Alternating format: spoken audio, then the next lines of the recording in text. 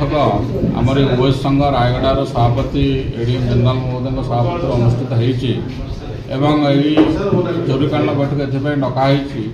जी गतकाली गोटे अत्यंत दुर्भाग्यजनक घटना घटीला जी आमरी जड़े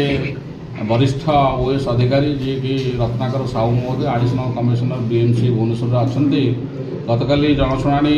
शिविर जो सब अभियोग शुणाणी से करुले से समय किसी गुंडा श्रेणी व्यक्ति आसी जोर टाणी नहीं विभिन्न चापुड़ा धक्का यू मारी मुहर गोईठा मारी टाणी टाणी नहीं अपहरण कर उद्यम करुले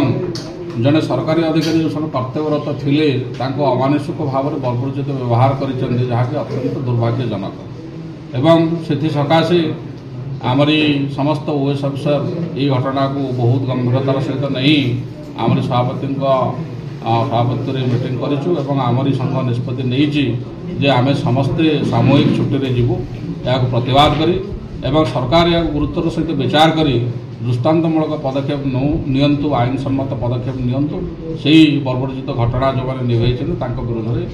एक्शन नियंतु यह ही आमरी प्रतिवाद सभा एवं आज ये बाबद निष्पत्ति नेला आम जिलापाल महोदय को जनईचु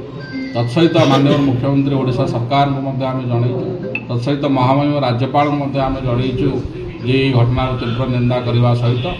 आम यार विरोध करुचु एवं गोटे दृष्टान्तमूलक पदक्षेप से दोषी विरुद्ध न ना पर्यटन आम सामूहिक छुट्टी जाऊँ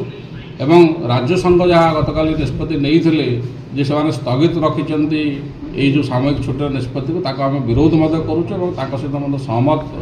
करना एवं ओडिशार जो 30 जिला अच्छी एजावत पाखापाखि 20 ରୁ 22 जिला से सामूहिक छुट्टी समस्त ओएस अधिकारी जाऊँच से दोषी विरुद्ध गोटे दृष्टान्तमूलक कार्यक्रम न होगा पर्यंत समस्त आम सामूहिक छुट्टी जाऊँ।